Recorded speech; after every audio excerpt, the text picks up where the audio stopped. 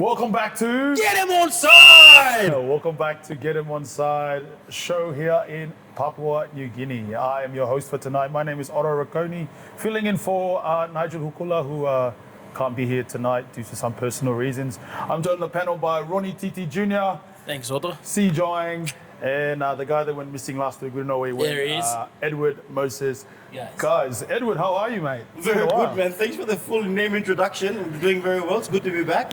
We had to do something called school assignments, but I'm glad to be back. And I'm glad to see everyone here, prepared, unlike me. But it's good to be back. It's good to have you, Mo. It's good to have you, Mo.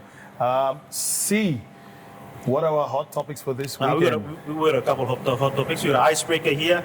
The PNG Chiefs have signed Medellez and Connor Watson. What are your thoughts on that, Vance? Matt Elliott is a gun prop. I've watched a couple of his highlights during the week when he was signed, and I think he played in the English team as well. So he's a pretty hard nut, and he's really fast as well. So yeah, I think it's a good signing for the Chiefs. My view. Yeah.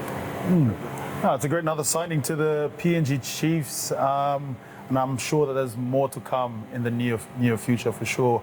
Ronnie, another hot topic up in Ley, mate. Very disappointing, I guess. But how do you think the boys went up in Ley against the Mighty Tigers? Yeah, I think not a result that we wanted, but we were our worst enemies, and we couldn't convert it. Our opportunities into points, and under the weather conditions in Ley, it's been always tough to play there. So it's gone, and we've done a review on Monday, and now we're working on improving the arrested coast, and hopefully we go well this weekend. It's another big game against the Gurias, so yeah. Yeah, another big game this weekend called the Maroom Cup, where Coach Maroom played for both teams. Could you give us just a background on Coach Maroom? Yeah, so the Maroom Challenge Cup is a initiative created by Governor Maroom in 2024. So basically, he played for the Vipers when he was, mostly back then, and in the youths played for the Paga Panthers, and made it all the way to the Palm Vipers, and then later relocated to Rabaul, and played for the Gurias, and ended up coaching and made his way up to become one of the most successful coach in the country, and so and then after that he got into elections. So he said I put the idea of every time Vipers and Gurias play, we'll just call it the Maroom Challenge Cup. So Gurias got it in 2024 and Vipers won it last year. So it'll be a big battle. Hopefully you get it again this year. Pretty Fingers big, crossed. Fingers crossed. Yeah. No, thank you for that, Ronnie. Well, we have that in one of our talking points during the show. Also, we've got the Athlete of the Week and a segment called Onside and Offside, where we get to discuss some rugby or sport in general points. Thank you. Get Em Onside! Welcome back Onside.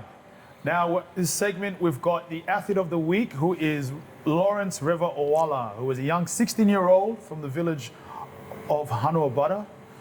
His sport is weightlifting. All right, he recently won the Male Junior Athlete of the Year in the SP Awards. Recently, he competed in the Youth Junior World Championships in Lima, Peru, which placed him 8th in his 49 kilo category and 19th in the junior category.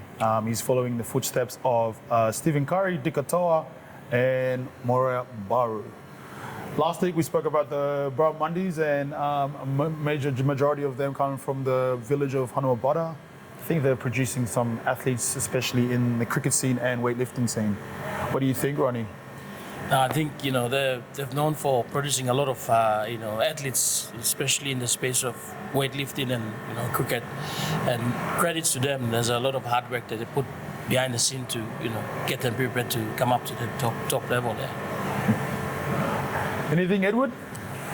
Yeah, no, I'm probably it's no surprise that he's from Hanuabara, considering that they produce a lot of what's the word I'm looking for, elite athletes, right? Just a lot of Olympic medalists have come from that area as well too, and pretty impressed with that. Considering he's only 16 years old and to be ranked probably eighth, did you say? Eighth, yeah. Eighth in in the championship.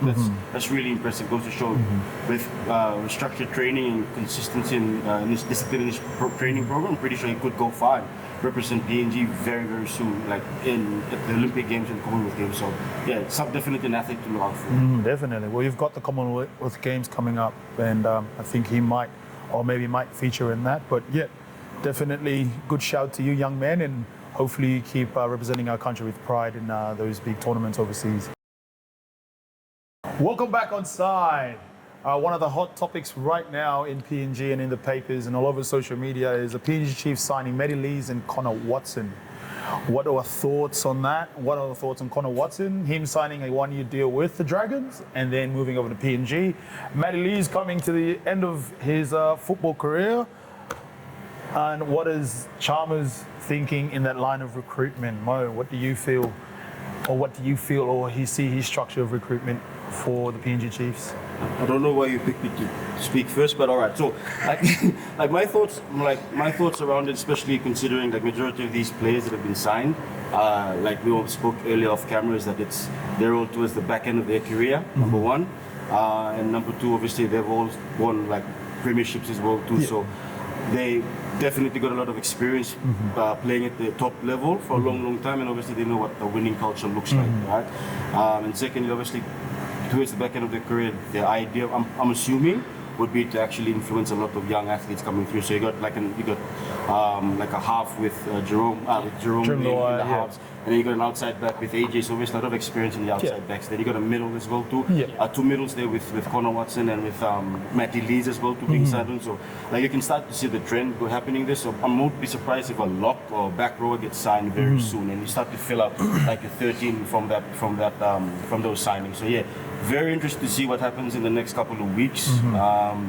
Obviously, with November 1st just around the corner as well too, it's a lot of people time on before off contract for sure. Yeah, signings like do happen in the next couple of weeks. So it's very interesting to see what's happening. But that's what I think his approach would be, especially because we want to like obviously be strong in our first season, right? We want to be competing and be consistent with our performance. So. Results will come when we perform very well. So that's my thoughts around it. No, most definitely. Especially those 4 signings, very big 4 key signings. Especially in their own club. I'm sure they're part of that senior group or the leadership group that they're in. What do you guys think? Do you guys feel like having those big senior guys, was that a win for the Chiefs, or they might have butt of heads, especially being in that leadership role, or will that all come collectively and help out the Chiefs in the season of 2028? I think ideally you'd think they'll all come together and work together. I think a big reason why Connor Watson said, one of the reasons why he signed was because Jerome Luai signed.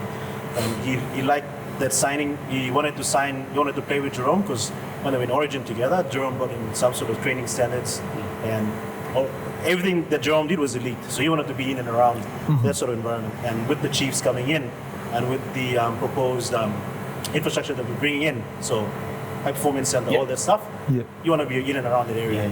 And just to add on to like building your squad, so we're in that era now where we're going back to the old days. Your lock can play a bit of hooker, so you want someone like Connor Watson that can also chime in and hooker. And we've got a running half. We've signed a running half at 6 first, so Jerome Luai. So it's sort of looking like we're trying to play some enterprising football as well as building a squad. No, that's great. Ronnie, what are your takes on Connor Watson from signing a 1-year deal with the Dragons and then signing on with the Chiefs? Will he be a very good player for the Chiefs in 2028, or do you feel otherwise? No, I think it's Connor Watson is probably one of the best signing that apart from Jerome Luai, because he can cover various positions, and he's just played to the top,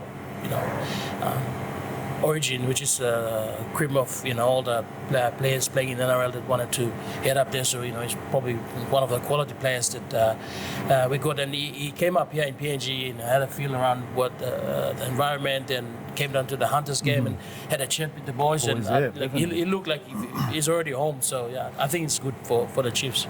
Nah, it's great input in that. How do we feel about a lot of players, especially come from England and Australia. How do you think they'll cope with the heat in Papua New Guinea, especially pre-season and in-season? How well we know the heat is here in PNG, especially for you, Mo. How do you think that's going to go for them? Well, something you can't change is the weather, so you'd have to adapt to it very, very quickly. There's no other way to do that. You can't train in the AC because you're not playing in the AC, so I think it's just adapting to the weather, adapting to the conditions, the resources that are available to us right now. Obviously, we still have a long way to go in terms of where we should be. Obviously, we're getting into the NRL now, so things will be there around to support the players during their pre-season, but in terms of the weather conditions, very little we can do there. Very, very, very true on that. Another one for us. Who do you think in this panel sitting here will be the next chief indigenous player from Papua New Guinea? Who do we feel like will be the next? Who do you think Chammas will go? Let me think. Let me sign Moria. Wait. Let me sign Epel Kapinas. What do you guys think? I'm going to go left field of the London Broncos. Yeah. I got a feeling Bruce Bawase. Bruce Bawase. Bruce Bawase. Current center. He's for the Hunters. 7 tries out of 8 games. So it's a good stat to start off with. See, wow. Bruce is a gun center. I think when he came on scene and made his debut, he stamped his mark on the first game, and we got media all over the place about Bruce Bawase. So I reckon he's suited for that space. Another one for me is just a thought is Guy Rivera. Oh, He's yeah. another one that The fishbone, we call him. everyone's been talking about him. Prior his departure to the UK. So that's just my thought. Definitely, I'm with you on that one. That's mine as So well. would you go six Gyro, 7 Luai, so you got 2 running halves, and then would you You could potentially have bring Connor- Garo off the bench. Connor at 9? Connor at 9 or 13 You could now? bring Garo off the bench for that punch or extra Yeah, push in the okay. middle, especially under Okay. fatigue. He loves playing in Port Moresby. We've seen him with the Hunters, Yeah, especially when he's 100%. come off and punched off that game. I think it was against the Blackhawks where he came off the bench last year and just killed it. We all seen that game, definitely. So, sorry, Mo, what was your pick? Oh man, Before that's a really good question. Now, a few names jumped to the front of my mind when the question was asked, but like a real genuine contender, I feel if a bit more work was put in, would probably be either Alex Max or Finley Glade, one of the two. Ooh, I feel Finley's that's another good one. love you, isn't it? Finley. Yes. Yeah. That's just my thoughts around it, considering like, especially when they first come in with the Hunter system and then getting into representative programs and seeing their progress, especially Finley. Under 20s? Under 20s, Junior Kumus? Obviously, Kumus, the Junior Kumus captain, and he quickly elevated into the senior men's squad in his second season. So obviously, like for him, Go on. There's some idiot in the bathroom. some idiot in the bathroom. Sorry, idiot. Oh, sorry. You would say yes. yeah. So like,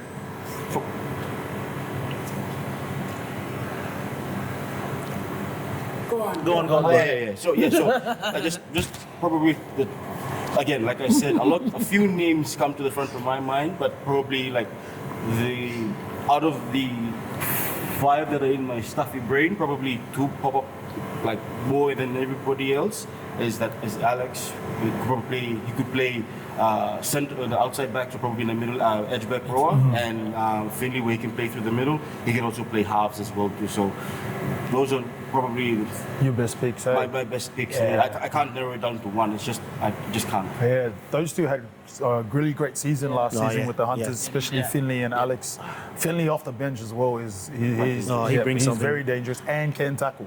Yes. But for his build and his height, can hit like bricks. What about the try assist in the PM13? That pass reminds me of my young days. But anyway, thank you for this segment, and we'll see you after this.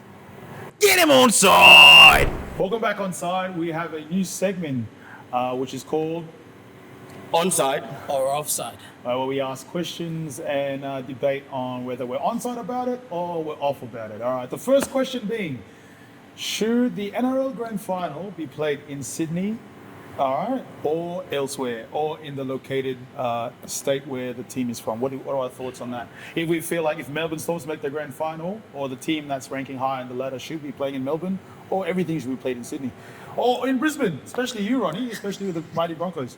My thought, because Aqua Stadium can cater for 82,000 Fans. people on the stands and pretty big, and it's been always played there from past to now. It's a tradition there, so I think still Sydney is quite good and like for it to go. Yeah. To keep it in Sydney for Yeah, you, keep it in Mo, Sydney. what do you Onside. think? What are your thoughts?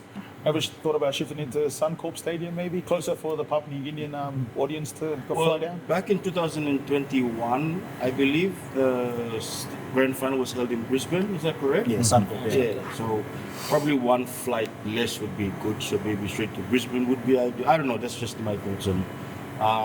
I don't really know why it's always held in New South Wales too, but it's just the NRL. That's their pick. I think the big I ones. mean, like Yeah. I think the crowd attendance is the on big it, one. Maybe, as well. yeah. So Yeah. you want to make money on the big You, stage. you also want to give respect to tradition. Yeah. So he was born. The game of rugby league was born in Australia in 1908. So I feel like Accor Stadium is the home of rugby league. Even like Yep.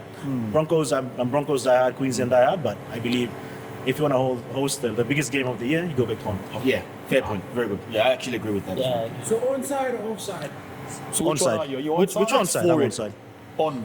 You're onside. Offside is you're off it. Onside. Onside. I'm onside. Yeah. I'm Onside. onside. Yeah. Onside. I guess that's 4 onside. So the next question being, do you think does the review like the bunker make the sport a bit more slower or a bit more exciting, or is the game played too much in slow motion, do we feel or do we think, than rather than seeing it at normal speed? Are you onside with the bunkers or are you offside about it? Offside. My brain's still trying to catch up with the question there. I think probably there's a bit of like too much intervention from the bunker. And that's in what I terms was- of the pace of the game, it doesn't so much slow it down. It just has too many stoppages in between.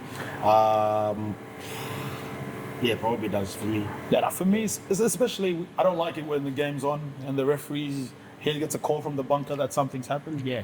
I just feel like just let the footy play. If something happens, it happens. You Yeah, know? but actually, to be fair as well, too, like unless there's like an issue where if there's foul play, Yeah, foul play, obviously, yeah. it's a match-ending injury for the athlete, then obviously player welfare has to become priority number one. So if it means stopping the game to make sure the player is okay, if there's any foul play, that's when review comes in. But otherwise, just let the game flow. Yeah, definitely. So that's an offside for me. What do you got, Ronnie? Yeah, Thoughts? I think offside as well. Similar like what you guys said. Everyone just let the game flow and everyone enjoy the game. Yeah, bring back what do you call? Bring back the beef. Bring back the beef. Bring back the beef. Hey, this is why kids don't watch rugby league. Bring back the beef. See anything, mate? Offside for me. I feel like the bunkers they interject too much. Yeah. I sort of and depending on who's in the bunker and who's the lead referee, interpretation can get mixed Yeah. up somewhere. Just like Origin One. Yeah. And I won't go too much into that, before we start crying here. But but offside for me. Offside for you, Yeah. definitely. Another thing leading into that on the segment, our thoughts on social media with athletes. All right, is it too much pressure, or is it good for the athletes for their exposure? Or does that bring drama?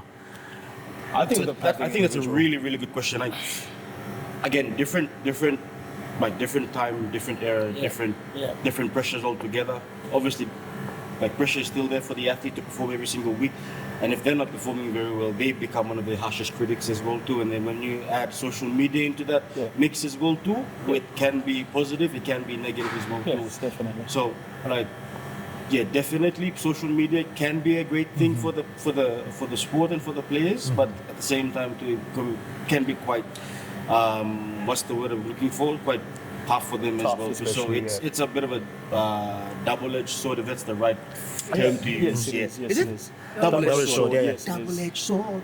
Because you just think you get in one side, but you get in Yeah. both of it at the same time, which is true. Where we want athletes to, sell their brand and expose themselves to the people out wide and see how they can communicate with people outside as well. But the bad side of thing is, if you don't perform, everybody just throws rocks at you. So Yeah, true.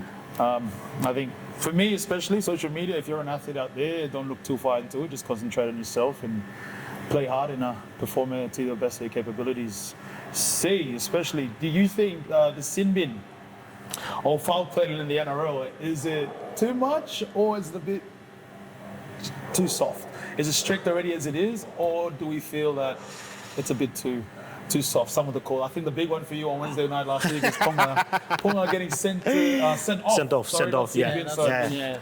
Where do you draw the line in the sand with that? Do you think the NRL at the moment with their sin bin process is a bit too soft, or are they a bit inconsistent with their calling? I think what's a theory? Not theory, but if you give a sin bin, you don't need carryover points. That was someone. Dimitri Carroll. Yeah. Is that a thing, or if I'm happy for a sin bin, if there's no carryover points for you to get suspended for the next couple of games, or if you get sent off, doesn't carry over. But sort of going off topic here, I'd say sin bin goes back to what I was talking about, interpretation. That depends on the referee. If the referee sees something that's sin bin worthy, where the majority doesn't see it as sin bin worthy, that's when you start having questions. You start asking these sort of questions. So the key for them is to keep it as black and white as possible. Keep it to the script, keep it to the rule books of rugby league, and see where we go from there. But if you just try to be a bit more vague and just try to get this into no mitigating circumstances when there were obvious mitigating circumstances, you can get in trouble with that. For that. Yeah, definitely. So was Ponga's hit on Toto Kaula sin bin or sent off? What do you feel? Sin bin. If you would have put that with Joseph Siwali's hit on Rhys Walsh on the last, I think, 2 years, Origin, was a game 1 in Sydney. Do you think they both sit in line with each other? Was Siwali's one bit more tougher than Ponga's, or was it the same? How do you feel in that? Because I feel like we should have got, Queensland could have got sent off for that. Same with Siwali. So I think for me, I'm definitely on side with that decision. I'd go against you on that one. Not biased. I'm a Queensland supporter. I'm just saying. I mean, Not biased or anything, but the rules, it was off his feet, direct contact to the head. Whereas with Ponga, it was a head clash first, shoulder to shoulder, and it became a head clash. Yeah. So. And at the end of the day, So does the defender have the duty of care for the attacker though? Yes or no? he does have a duty of care. It's a hit to head, right? But the mitigating circumstances, that's what I'm talking about. They were falling into it. So he was also falling into it. He did go in with the shoulder. He didn't make an attempt to wrap around. Yeah. That's sin bin worthy in my opinion. I feel like Rhys was falling into it after he passed that ball too. He was passing and he relaxed. Yeah. You let the ball go, you're relaxing into it. So he's not technically falling into it, if that makes sense. But does you can embargo the line, but if we're going off that, but if we're going off, if it's a hit to a head and contact to the head, does that still mitigate a send-off? Wait, can you ask the question again? I think Contact to the it's head. Yeah. Does that still tell us that it's a send-off? Well, contact to the head is Especially contact to the head. shoulder. That was shoulder to head. That was shoulder to head. Yeah. It's the same regardless as of what's connected with the head, it's still contact to the head. That's definitely either a 10 in the bin, all right?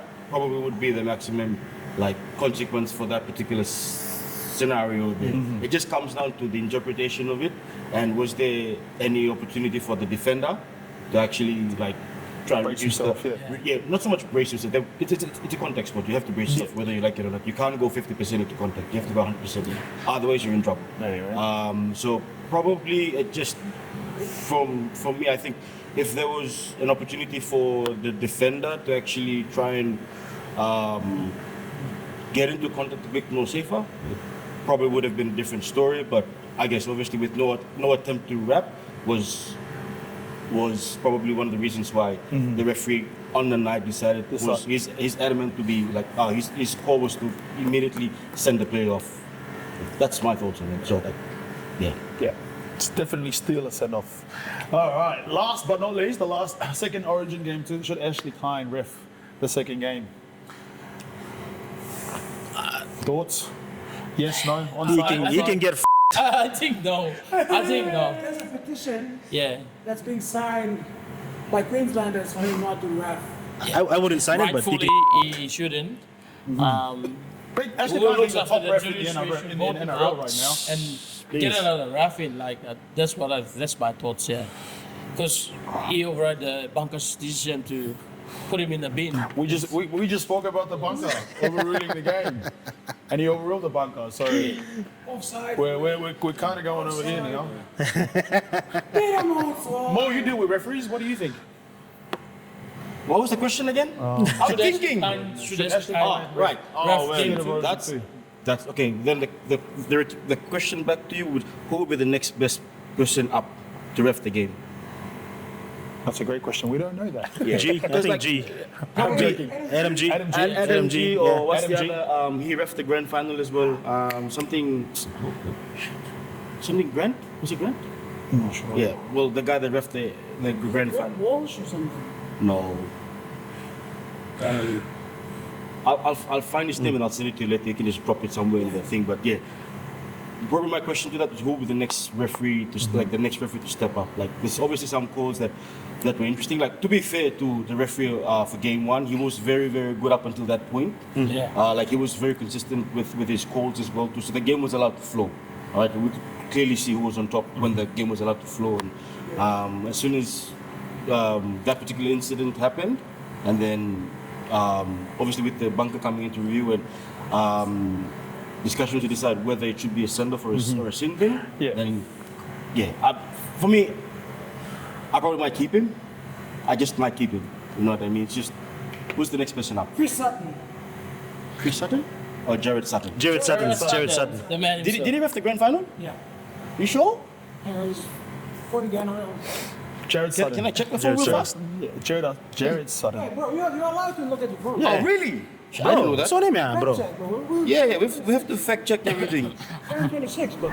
Grant Atkins, that's the guy. Grant Atkins. Oh yes. Yeah. Grant Atkins, yeah.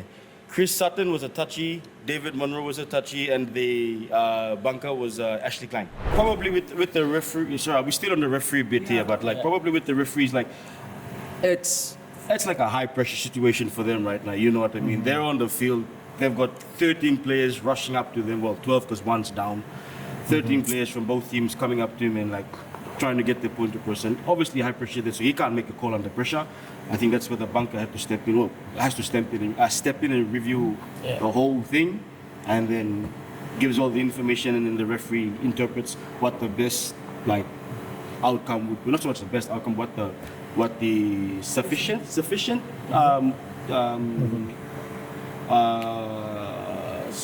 consequence should be for the offending player. Again, my thoughts on it. Thank you. Thank you, Mr. Speaker. Thank you, Mr. Speaker. From the water. Get him on side! Welcome back on side. Thanks for having us, guys. Thanks for having you guys tonight. A lot of discussions tonight. Hopefully, we have more discussions on the referees and about Origin 2 and our trending topics, the FIFA World Cup that's coming up in the next month. NBA's And in the finals. Yep. too. Yep. The San Antonio Spurs taking on the New York Knicks in San Antonio. Jeez. So up the Spurs, definitely. That's a 4-0 sweep for me. And we'll have a lot more guests coming up. Mo, do you think you could get us a referee guest that can jump on here? Oh well, I can't guarantee you that, but I can try. I can try. We'll love to have guests on here. So if you want to be a guest on this show, please comment or send us a message on the link. I think will be above here, but I know our producer will put it somewhere in the corner. So yes, please like and subscribe to the channel. We'll talk about footy, about anything related to sport. If an up and coming athlete, please send us your bio and let us know about yourself. Thanks to C, Ronnie, Thanks. and Edward Moses, guys. Thank you for having us. And Get him on side!